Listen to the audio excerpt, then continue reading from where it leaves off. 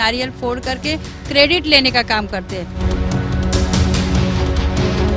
इंसान के हर कर्मों का रिजल्ट 5 साल के बाद आता है।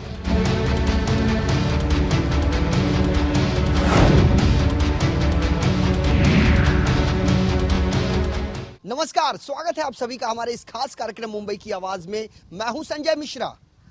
मुंबई देश की आर्थिक राजधानी कहलाती है और हम अपने इस खास कार्यक्रम के माध्यम से मुंबई के हर उस इलाकों का जायजा लेते हैं जहां पर रहने वाली जनता जो है वह किस किस चीज को लेकर आहत है, परेशान है और क्या उन्हें बुनियादी सुविधाओं का लाभ मिल पाता है। ऐसे कई इलाके हैं जहां का हमने जायजा लिया और आज हम पहुंचे हैं दक्षिण मुंबई के इस इलाके की जो मजगांव के नाम से जाना जाता है और खास करके रहमताबाद नाम का परिसर है जहां पर स्थित है शिया कम्युनिटी का वो कब्रिस्तान, जहां पर बड़े पैमाने पर शिया समाज के लोगों के सामने एक बड़ी समस्या है कब्रिस्तान में जमीन की कमी के चलते, ताकि जो मृतक होते हैं जिन्हें दफनाने के लिए उनके अंतिम विधि के लिए जब यहाँ लाया जाता है तो इन्हें सोचना पड़ता है कि उसे आखिर दफनाएं तो दफनाएं कहाँ, क्योंकि जमीन काफी कम है। यहाँ पर सालों साल से ये एक ट्रस्ट है। इस ट्रस्ट की तरफ मैं कैमरा पर्सन आनंद वर्मा से गुजारिश करूंगा ट्रस्ट की ऑफिस को अपने कैमरे में कैद करें और वहां की तस्वीरें प्रशासनिक कार्यालयों में बैठे अधिकारियों तक पहुंचाएं, क्योंकि ये ट्रस्ट ऑफ रहमताबाद जो संचालित करता है इस कब्रिस्तान को और खास तौर पर इनके सामने जो सबसे बड़ी परेशानी है वो ये है कि ईरानियन शिया इस्ना अशरी सेमेट्री ट्रस्ट रहमताबाद जो जिस नाम से ये ट्रस्ट जाना जाता है, ये ईरान का ईरानी समुदाय का ट्रस्ट था, कब्रिस्तान है और उन्होंने शिया कम्युनिटी को यहां पर परमिशन दिया है, अनुमति दी है ताकि दफनाने की जो प्रक्रिया है उसमें कोई बाधा न आए। लेकिन इनके सामने कि आखिर कब तक हम इंतजार करेंगे जमीन का, कब तक इंतजार करेंगे सरकार के उस रहम का जिसके मातहत हम उनसे ये उम्मीद लगाए बैठे हैं कि वो इस मामले में इनिशिएटिव लें और यहाँ पर आकर शिया समुदाय के लोगों के सामने जो परेशानी है उससे उन्हें निजात दिलाएं। सबसे पहले जनाब आपका नाम?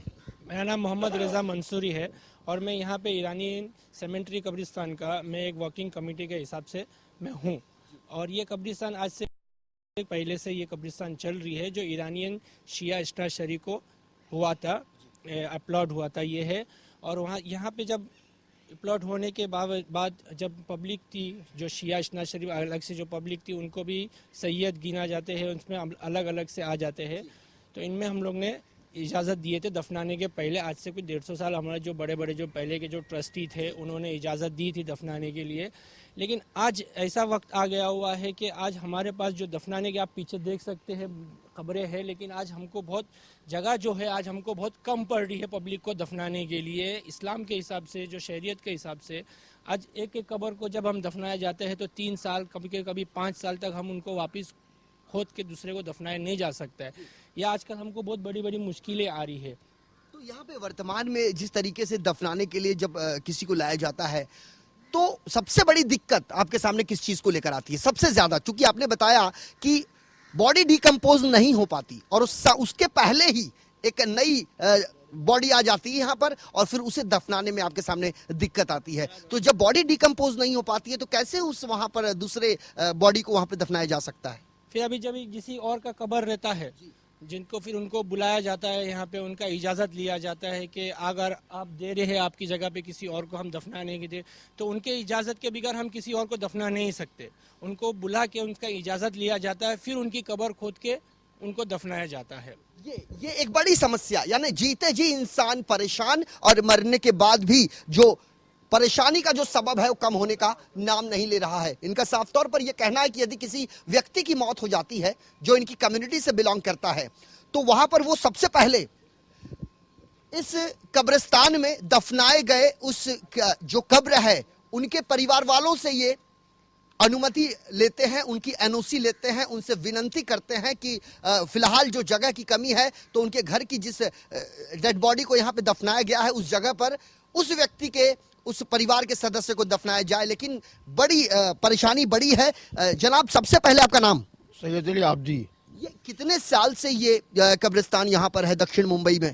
करीब 150 साल। 150 साल। ये बताइए कि आज वर्तमान में जो समस्या दिखाई दे रही है, चूंकि यहाँ पर एक कब्रिस्तान नहीं है, यहाँ पर 2 से 3 कब्रिस्तान हमें दिखाई दे रहे हैं, लेकिन सबसे ज्यादा जमीन की जो कमी है वो इसी कब्रिस्तान में है। तो इसको लेकर सरकार से कोई पत्राचार हुआ था? इसके पहले बहुत बार किया गया था। तो मुलुंड में एक जगह छोटी सी दी है, उसमें लोग जाने को तैयार नहीं होते हैं। लोग चाहते हैं ही दफन होना, यहाँ जगह एकदम है नहीं। जिनके अजीजों की खबर है उसी के अंदर उनके परमिशन लेके उन्हीं को दफन किया जाता है। यानी कुल मिलाकर ये दक्षिण मुंबई का मझगांव इलाका है, और जब इन्हें मुलुंड में जगह देने की बात की जा रही थी, जबकि मुलुंड यहाँ से तकरीबन 60 किलोमीटर से भी अधिक के अंतराल पर स्थित है, तो बड़ी समस्या यह है कि वहां पर आखिर लोग जाएं तो कैसे जाएं। आपसे एक चीज और जानना चाहते हैं, आपके बगल में मुझे एक और कब्रिस्तान दिखाई दे रहा है, और हमारे पास इंफॉर्मेशन यह है कि जहां पिछले 25 सालों से कोई कब्र खोदी ही नहीं गई है। इसराइल वाला का कब्रिस्तान, इसराइल का, वो खाली पड़ा हुआ है। 25 साल से कोई दफन नहीं की गई है। अगर वो जगह हम लोग मिल जाए तो यहाँ के लिए बेहतर हो जाएगा। तो सूबे के मुख्यमंत्री देवेंद्र फडणवीस साहब, सवाल आपसे भी है, चूंकि लोकतंत्र में जिस जनता को जनार्दन कहा जाता है, जिस जनता के चलते आपके सरकार की ताजपोशी महाराष्ट्र की सत्ता पक्ष में हुई है, उस महाराष्ट्र के अंतर्गत आती है मुंबई, और ये देश की राजधानी भी कही जाती है और महाराष्ट्र की राजधानी भी कही जाती है। देश की आर्थिक राजधानी और महाराष्ट्र की एक्चुअल ये कैपिटल कहा जाता है। और बड़े पैमाने पर यहाँ पर धनोत्पार्जन जो होता है उसका एक बड़ा हिस्सा केंद्र सरकार की तिजोरी में जाता है। साफ तौर पर इनका कहना है कि जब हम दक्षिण मुंबई में रहते हैं, हमारी कम्युनिटी की जो जनसंख्या है वो जैसे जैसे समय बीत रहा है वैसे वैसे जनसंख्या भी बढ़ रही है, लेकिन जनसंख्या तो बढ़ रही है, कब्रिस्तान की वो जमीन काफी कम है, संकुचित है। क्या उसे विस्तार करके महाराष्ट्र सरकार इन्हें नहीं दे सकती? ये सवाल आपसे है, क्योंकि इजरायली कम्युनिटी का जो कब्रिस्तान है यहाँ पर, वहां पिछले 25 सालों से कोई कब्र नहीं खोदी गई है। तो अंदाजा इस बात का लगाया जा सकता है कि जब कोई मौत ही नहीं हुई तो कब्र आखिर खोदी कैसे जाए। यानी इजराइल समाज की जो जनसंख्या है वो काफी कम है। ऐसे में इनिशिएटिव लेने की आवश्यकता है महाराष्ट्र सरकार को, ऐसा इनका कहना है। आपसे जानना चाहेंगे, आपका नाम? अफजल दाऊदानी। अफजल जी, आपसे ये जानना चाहते हैं, इस कम्युनिटी में जनसंख्या की यदि बात करें तो एक बड़ा हिस्सा साउथ मुंबई में रहता है, लेकिन जब उनके घर में किसी की मौत हो जाती है, इंतकाल हो जाता है, तो सबसे ज्यादा परेशानी यहाँ पर कब्र खोदने को लेकर है। बगल में जो कब्रिस्तान है जिसके बारे में अभी जनाब बता रहे थे कि वहां इजराइल कम्युनिटी का पहले से कब्रिस्तान है, लेकिन वहां पिछले 25 सालों से कोई कब्र नहीं खोदी गई है। क्या इसकी जानकारी सरकारी महकमे को है? जी है, क्योंकि मैं खुद भी बीजेपी से रिलेटेड करता हूं, जो कि हमारी सरकार है अभी। और हमारी सरकार से कैसा है कि ये एक बॉम्बे है, इंडिया है, जहां लोग एक सुकून से हर चीज कर सकते हैं। तो हम प्रशासन से तो कभी नहीं ये चाहेंगे कि जो आदमी मरने के बाद आज उसको सुकून नहीं मिल रहा है, तो ये हमारे हिंदुस्तान के लिए सबसे बड़ी बात है कि आज कभी हिंदुस्तान में ऐसा हुआ नहीं है, पर आज लोगों के साथ ये हो रहा है कि मरने के बाद भी उनको सुकून नहीं मिल रहा है।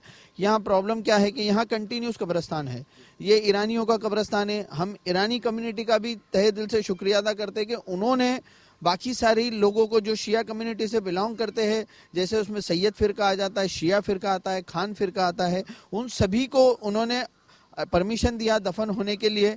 आज ये प्रॉपर्टी बिलोंग्स टू ईरानियों को मिली है और उन्होंने ये परमिशन दे के यहाँ पर लोग दफन हो रहे हैं।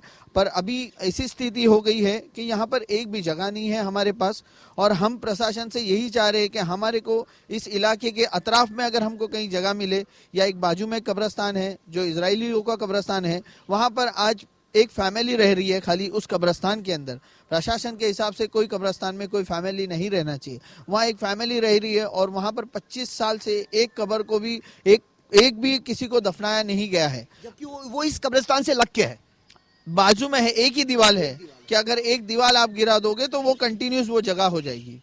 और कैसा है कि अगर उनको भी, हम ये नहीं चाहते कि इजरायली समाज को भी ना दे, इजरायली समाज को भी वो एक छोटी सी जगह अलॉट करके बाकी की जो जगह है वो हमको दे के हमारे लोग इसमें दफन हो सकते हैं। सोच काफी अच्छी है, खिलाफत किसी की नहीं है, विरोध किसी का नहीं है, और हमारा भी मकसद किसी को डोमिनेट करना नहीं है, किसी को टारगेट करना नहीं है। और हम इस खबर को पूरी पारदर्शिता के साथ सरकारी महकमों तक, राज्य सरकार तक पहुंचा रहे हैं। और हमारा यह वादा है कि इस कार्यक्रम को हम तब तक प्रसारित करते रहेंगे जब तक सरकारी महकमे में बैठे उच्चाधिकारी इनिशिएटिव लेकर इस ट्रस्ट का सूरत हाल जान लेने के लिए यहां आ नहीं जाते। वैसे बधाई के पात्र हैं ईरानी कम्युनिटी, जिन्होंने इन्हें परमिशन दी है। चूंकि होता यह है कि यदि बोरी समाज का कब्रिस्तान है, खोजा समाज का कब्रिस्तान है, तो वो उसी कब्र को खोदने की अनुमति वहां देते हैं जो कि उनके कम्युनिटी को बिलोंग करता है। लेकिन यहां पर कुछ हटकर है। यहां पर सिर्फ एक अंडरस्टैंडिंग, एक आपसी तालमेल, एक आपसी समन्वय बिछाकर इस प्रक्रिया को अंजाम दिया जा रहा है। जबकि होना तो ये चाहिए कि इनके लिए एक बड़ी जमीन महाराष्ट्र सरकार इन्हें जरूर आवंटित करे, चूंकि वर्तमान जो स्थिति शिया समुदाय की है उससे वो निजात पा सके। आपका नाम जनाब? मेरा नाम रिजवान है और मैं यहाँ पर तकरीबन 5-7 साल से आ रहा हूँ। और क्योंकि आसपास कोई और मस्जिद नहीं है तो मैं यहाँ नमाज भी पढ़ता हूँ। और मैं मुसलसल देखता हूँ कि यहाँ पर जो बॉडी आती है उसके साथ में प्रॉब्लम होता है, क्योंकि जगह इतनी शॉर्ट है कि जो ईरानी ट्रस्ट है ये कोशिश करता है कि सबको दे, लेकिन होता ये है कि अगर जगह कम होने की वजह से, क्योंकि एक बॉडी को कम से कम 3 साल तक आप उस कब्र को खोद नहीं सकते। अब होता ये है कि जगह है नहीं, और अगर किसी की कब्र आपने उसमें अंदर खोद दिया बिना इजाज़त, तो लोग आते हैं यहाँ पे, आए दिन लड़ाई झगड़ा होता है ट्रस्टियों से।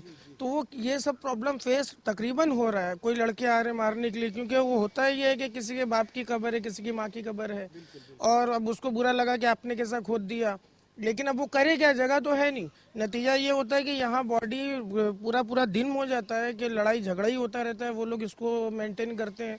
अब यहाँ के लोग जाए मुलुंड कब्रिस्तान में, वहाँ पर भी जगह कोई इतनी बड़ी नहीं है, मैंने वहाँ पर भी देखा है, जगह छोटी है। अब हमारे जो कास्ट है शिया कास्ट, उसमें यह है कि 3 दिन के बाद या 5 दिन के बाद कब्र पे जाया जाता है सूर्य फातिहा पढ़ने के लिए, और साल में 1 दिन आता है शबे बारात, जैसे आप जानते हैं। उसमें अब बॉम्बे से आदमी रात में वहाँ जाए तो ये बहुत ज़्यादा प्रॉब्लम की बात है। और तकरीबन हर कम्युनिटी के एक अपने कब्रिस्तान यहाँ है। जैसे आपने बोला कि बोरी कब्रिस्तान है, खोजा कब्रिस्तान है, इजरायली कब्रिस्तान है, सुन्नी कब्रिस्तान है, लेकिन यहाँ पर शियों का कोई कब्रिस्तान नहीं है। ये तो ईरानियों की मेहरबानी है कि वो लोग यहाँ पर दफन होने दे रहे हैं। अगर हमको यहाँ पर भी दफन नहीं हो तो हमारे लिए दफन होने की कोई जगह पूरी बम्बई में है ही नहीं।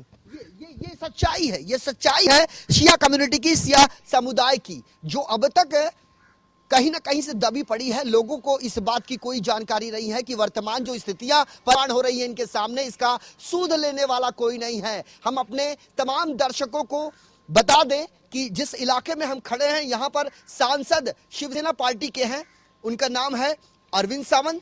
बात की जाए यदि विधायक की, तो MIM के विधायक हैं वारिस पठान साहब, जिनकी नई ताजपोशी हुई है, पहली बार जीत कर आए हैं। भाईखला विधानसभा क्षेत्र के अंतर्गत आता है। फिलहाल हमारे इस खास कार्यक्रम मुंबई की आवाज में वक्त हो चला है एक छोटे से ब्रेक का। ब्रेक के बाद जब हम लौटेंगे तो कुछ और लोगों की लेंगे प्रतिक्रियाएं। बने रहिए लेमन न्यूज के साथ।